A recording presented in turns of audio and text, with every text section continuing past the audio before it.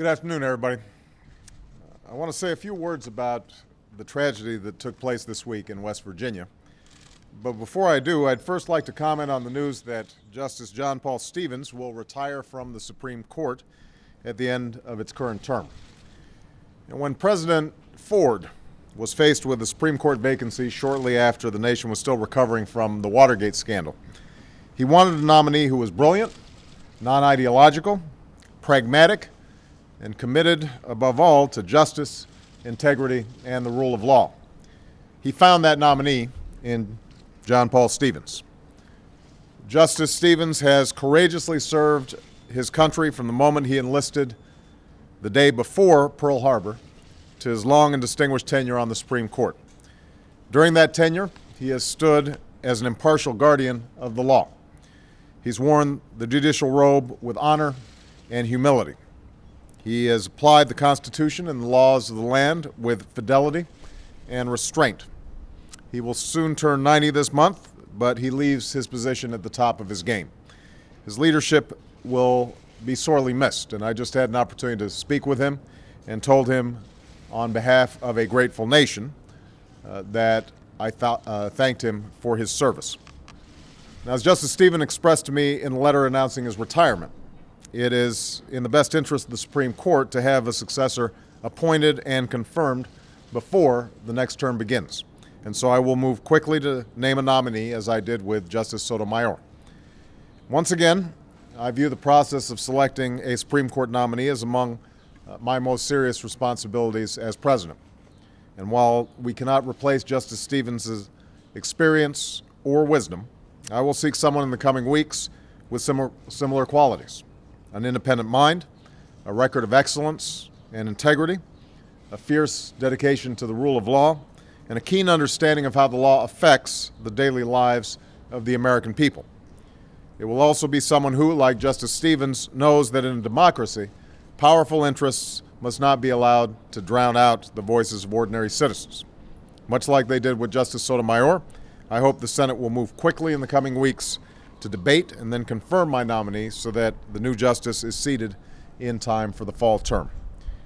Now let me say a few words about what has happened in West Virginia. This has been an unimaginably difficult week for the people who live near Montcole. 31 workers were inside the Upper Big Branch mine when an explosion ripped through its walls on Monday afternoon. 2 were saved, 25 were lost. And for the 4 who remain missing, we are praying for a miracle. I want to offer my deepest condolences to the friends and the families of the fathers and the husbands and brothers, nephews, and sons who were killed in this accident. I'm also in awe of the courage and selflessness shown by the rescue teams who've risked their lives over and over and over this week for the chance to save another. They've worked around the clock with little sleep for the past few days, and this nation owes them a debt of gratitude. Now, mining has a long and proud history in West Virginia. And for many families and communities, it's not just a way to make a living, it's a way of life. And the jobs they do in these mines help bring heat and electricity to millions of Americans. It's a profession that's not without risks and danger, and the workers and their families know that. But their government and their employers know that they owe it to these families to do everything possible to ensure their safety when they go to work each day. When I was in the Senate, I supported the efforts of Senator Byrd and Rockefeller to try to improve mine safety, but it's clear that more needs to be done. And that's why I've asked my Secretary of Labor, as well as the head of Mine Safety and Health Administration, to give me a preliminary report next week on what went wrong and why it went wrong so badly, so that we can take the steps necessary to prevent such accidents in the future.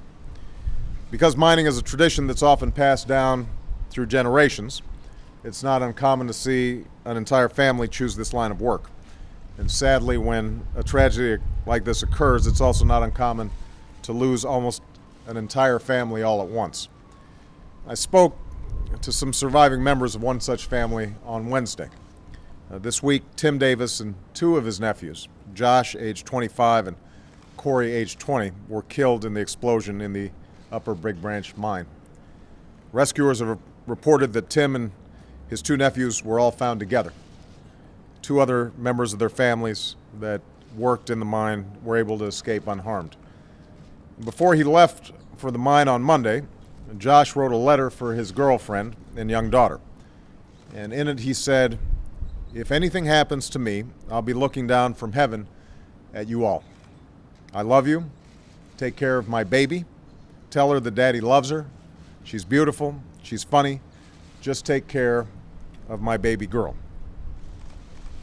Reflecting on that letter and the losses she endured in just 1 week, Josh's mother, Pam, simply said, "It is just West Virginia. When something bad happens, we come together. When something bad happens, we come together." Through tragedy and heartache, that's the spirit that has sustained this community and this country for over 200 years. And as we pray for the souls of those that we've lost and the safe return of those who are missing, we are also sustained by the words of the psalm that are particularly poignant right now. Those words read, "You, O Lord, keep my lamp burning. My God turns my darkness into light." Thank you very much.